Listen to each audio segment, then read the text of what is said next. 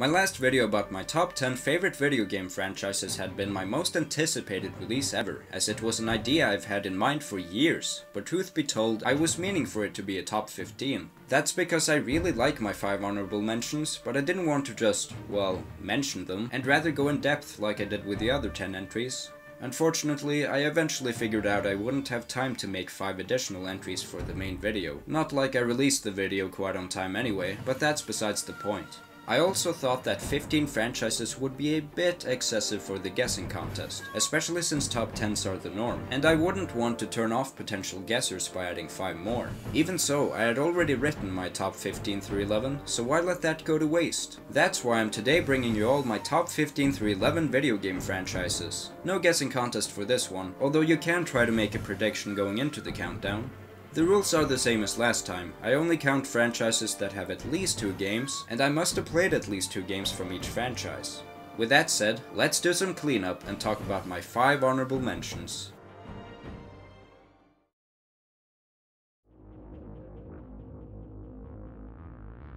Despite originating on PC, I played both Portal 1 and 2 on a console. I'm a rebel, I know. Even so, that didn't prevent me from really enjoying these games, with their creative puzzle designs and funny writing. Portal is actually one of the few first-person video game franchises that I really like, because despite having limited vision, the movement is great, and the unique portal mechanic allows for so many cool options. The portal gun is such an iconic weapon, if you can even call it that, but you can use it to cleverly destroy things, to be fair.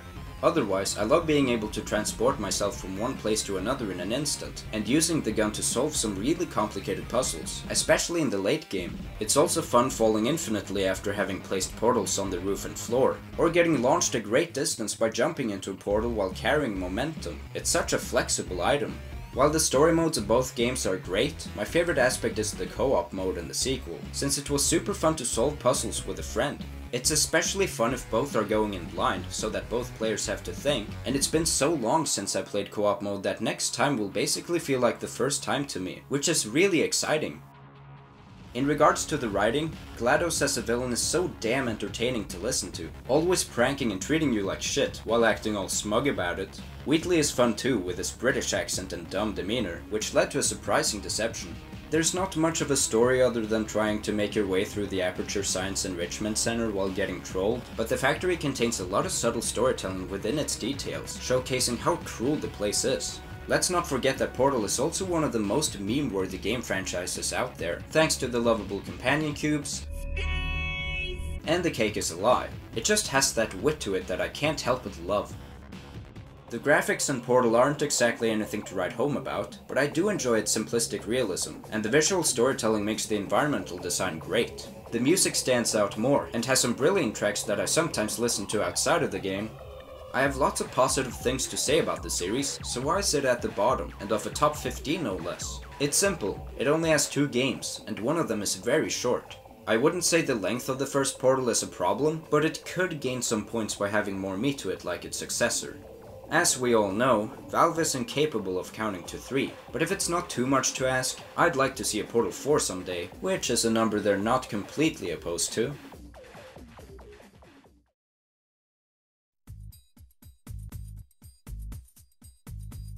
Sorry Crash fans, but Spyro is my favorite PS1 franchise by far, as it has aged so damn well for about 20 years. The movement is so smooth, and even though the original games didn't have analog camera controls, they're not that hard to adjust to. It's not like I grew up with these games either, aside from A Hero's Tale, but I never played much of that one. I got Spyro 2 the same year as Portal 2, that being 2014, and got into the rest of the original trilogy in 2017, and they all controlled like wonders. Okay, there are a few crappy minigames in 2 and 3, and I'm generally not a fan of the playable side characters in Year of the Dragon, but for the most part, these games are really good. It helps that the gameplay, despite its repetitive formula, gets switched up by the minigames, and most of them are pretty fun. You'd think that would make the first Spyro completely dull, but Spyro's core gameplay is still very fun, and I do prefer the original to Year of the Dragon. The collecting aspect isn't the most enjoyable, but the stages are pretty straightforward, making them easy to clean up, which feels satisfying. The original trilogy controls even better in the Reignited trilogy, which should come as no surprise as it's more up to date, but it's still very appreciated. While the series isn't exactly known to have good writing, it does pack a lot of charm, in addition to likable characters. Spyro is a happy-go-lucky dragon, but he can still be pretty cheeky, like when he scares others by breathing fire or charging into them. His best moment undoubtedly being when he got all his money back from Moneybags. Even though that guy is a walking paywall, he's pretty entertaining too, primarily because he represents those scummy corporations nowadays. Hunter is probably my favorite, as he just sounds so dorky, at least in his original iterations from Spyro 2 and 3, and I can't help but laugh at the way he talks sometimes. I also want to give a shout out to Ripto, who's the villain with the most personality. Ripto's rage really did introduce most of the best characters the series has to offer. What the series might be best known for is its incredible atmosphere, featuring unique worlds with imaginative visuals, and an entrancing soundtrack composed by Stuart Copeland from The Police to top it off. They pay me for this. The original trilogy looks very good for PS1 standards, and isn't too shabby today, having aged a lot better than old games that strove for realism. That goes to show the cartoony art style and varied color palette were put to good use, and the remake has turned the games even prettier, save for some remodeled characters. Like I mentioned, I haven't played much of A Hero's Tale, and I'm not really interested in going back to it, so I don't have much to say about it, but that game also looks very good for its time. There are several Spyro games out there that I haven't played, but I'm not very interested in them either, because I doubt Insomniac Games' original trilogy can be matched. I might get future sequels though, as Toys for Bob seems like a good fit for the Purple Dragon.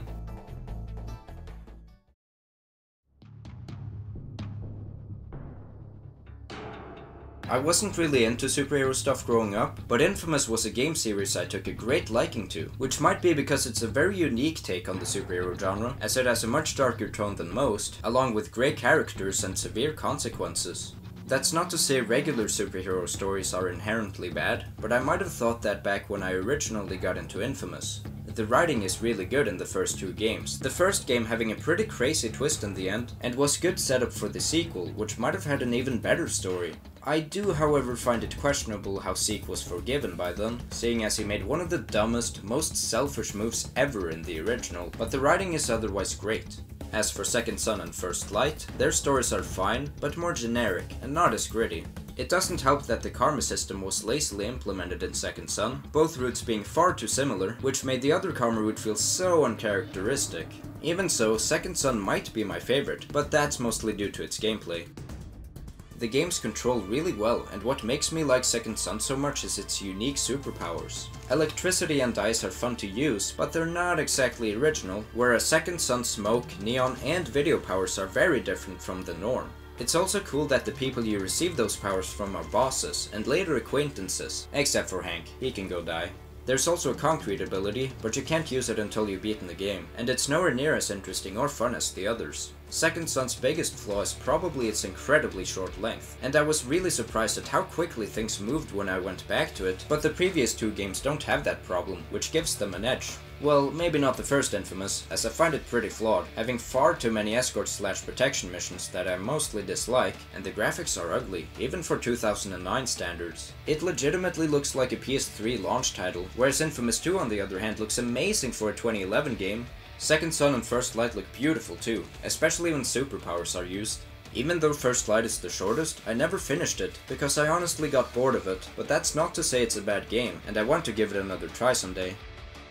Infamous evidently shares some DNA with Sucker Punch's previous franchise, Sly Cooper, both having environmental interactivity within sandbox worlds, not to mention cutscenes being presented as comic books. Even though I really like Infamous, I wouldn't mind it if Sucker Punch has moved on from it, like they did with Sly, as I think it has pretty much run its course. Yeah, I guess it's disappointing to leave the series on a spin-off, but it's hard to say where it could go from here. Maybe there could be yet another time skip or something. I would actually gladly take a spin-off focused on Eugene, as he has by far the coolest power, being able to summon digital angels/demons, and video was the most addicting superpower to use in Second Son. It shouldn't be too far-fetched, as First Light was about, well, fetch, but I kinda doubt it would happen. Whatever they decide to do with the series, I'll probably be there for it, but right now, I just want Ghost of Tsushima to come out already.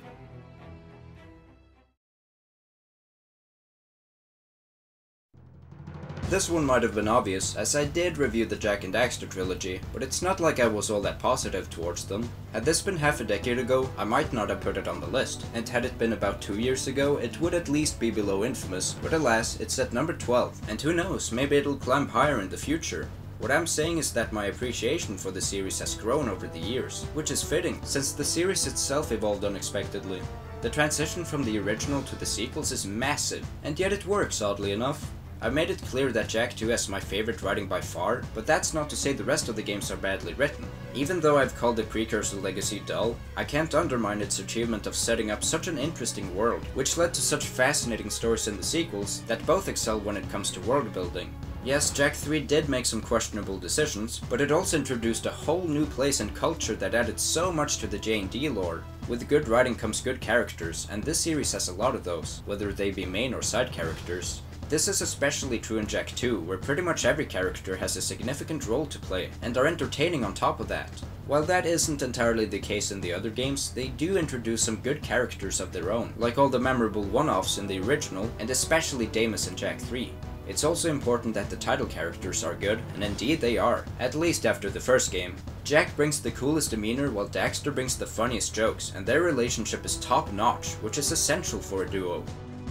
The gameplay has evolved as well, for better or worse. It is true that the Precursor Legacy has my least favorite gameplay, but at the same time, it had by far the most polish in that aspect. Jak 2 and 3 are more varied and fun, but there are so many frustrating designs, like bad vehicle controls, both in races and in hub worlds, high difficulty, often due to unfair design, and a severe lack of checkpoints. Still, that's mostly compensated by some really fun missions, awesome weapons, and thrilling platforming challenges. Eco powers are cool too, especially transforming into Dark and Light Jak, and I appreciate the addition of the hoverboard, which adds some good traversal.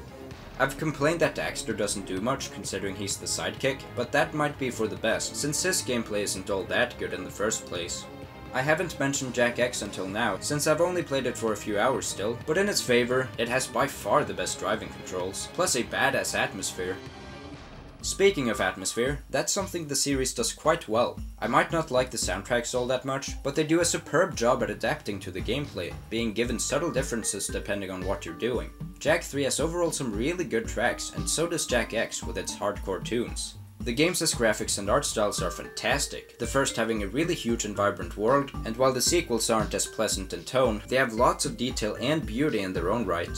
Something that's incredibly impressive about the J&D series is how there are almost no noticeable loading times, barring the boot-up sequences. Most games nowadays still struggle with this concept, which is funny, considering the Precursor Legacy is an adult at this point.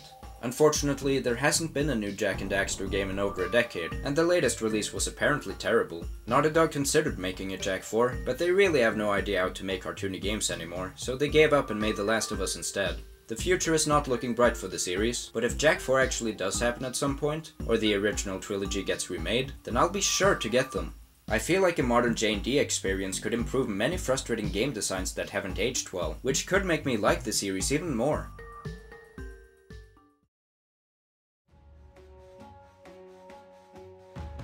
Topping off this list of honorable mentions is probably the franchise people were most surprised didn't make my top 10, and although it came close, Uncharted is ultimately number 11. I can't blame anyone for guessing it would be in my top 10, as it is the franchise I have the most reviews of, and I praised 3 of them very highly, but my review scores don't necessarily reflect my enjoyment. For example, I gave Rayman 3 the rating of 8.25 out of 10, since even though it's one of my 10 favorite video games, it has too many flaws for me to give it a higher rating. That's not to say I don't like Uncharted, and I really like it. It's just that I find more enjoyment in the franchises that did make the top 10. Anyways, this is yet another Naughty Dog IP, and much like Jak and Daxter, I've also reviewed this franchise's mainline games, and I've yet to finish and review its spin-off. I wouldn't say the start to the series was anything special, but the sequels are vast improvements in pretty much every field. What's most impressive about the series, and Naughty Dog for that matter, are the amazing graphics and sheer spectacles. I can name a dozen thrilling action sequences from memory, and the attention to detail is always on point. The visuals are beautiful and often varied, although there are some cases where locations and color palettes overstay their welcome. 1 and 4. The music is great throughout the whole series, and each game has its own unique style, like Among Thieves' Cessation-inspired soundtrack, and Drake's Deception's Arabic-themed tunes. Also, I can't not mention the main theme and its alterations, as they're some of the best main themes in gaming. A Thief's End theme differentiates the most, but it's just as good as the others, if not better. The gameplay formula is quite repetitive, especially in the original, but it's pretty good, and gets enhanced with the insane visuals. Some of the best moments are those action set pieces you can take part in, like shooting enemies while losing your balance in a collapsing building, platforming to escape a giant sinkhole, or jumping between vehicles and getting dragged through mud. Moments like these always keep me at the edge of my seat, and the main gameplay can be quite exciting as well. The cover-based shooting is fun, to an extent, as long as I don't constantly encounter such situations, and get time to breathe by doing other activities like climbing, puzzling, or just walking casually. Being a more realistic game, there are certain restrictions, but it's definitely not as limited as, say, The Last of Us. You still perform crazy feats that wouldn't be possible in real life, which is fun. I'd say A Thief's End introduced some much needed variety with a grappling hook that adds another layer to both the climbing and the combat. Being able to drive finally also added to the variety, and was one of the game's greatest aspects. The writing, while nothing groundbreaking, is usually really strong, especially in Among Thieves and A Thief's End, and I really like the relationship between Nate, Elena and Sully in Drake's Fortune and Deception. Nathan Drake is a pretty great character, as on one hand he's sweet and hilarious, while on the other he's a bad husband and a killing machine. He does annoy me sometimes, mostly whenever he lies to his wife, but he's pretty fun otherwise, and is one of my favorite main characters in video games. Elena Fisher is brave and tolerant, especially for putting up with Nate's shit. Victor goddamn Sullivan is funny and lovable, and seems like a good father figure, despite his shady background. Chloe Fraser is feisty and deceptive, and a good secondary love interest to Nate. Charlie Cutter is funny and surprisingly clever, pointing out flaws in others' logic. There are some decent villains too, like the entertaining Eddie Raja, intimidating Lazarevich, cheeky Harry Flynn, badass Nadine Ross, and charismatic Rafe Adler, but villains aren't exactly Uncharted's strong suit. The stories are pretty good though, A Thief's End story being especially complex, and it's always fun to unravel the mysteries of whatever treasure Nate is seeking. Uncharted is definitely a series that has run its course, concluding on a game called A Thief's End no less, but I think Naughty Dog will continue dishing out spin-offs. They could also do prequels featuring Nathan Drake, or even sequels featuring his and Elena's daughter, Cassie Drake, which could work, but then, Naughty Dog has been going down the drain lately. And there you have it, my top 15 through 11 favorite video game franchises. And while I don't enjoy them quite as much as the franchises that are part of my top 10, I still wanted to cover them in depth, since they're still very near and dear to me. I'm pretty certain about the ranking of these 5, and I think the only way it would change is if they got more sequels, which I'm hoping Portal, Spyro, and Jak and Daxter will get, although I think it's very unlikely for 2 of those. Like I said, Infamous and Uncharted don't need more sequels, and I probably won't change my stance on them if they get any. While this video wasn't anywhere near as satisfying to complete as the last one, I'm glad I didn't let the script with over 3,000 words go to waste. And good thing I didn't wait too long either, as the list could have quickly gotten outdated. Now I shall finish this video with a line I haven't uttered since April. I'm Arcadon, and hopefully, you'll see me next time!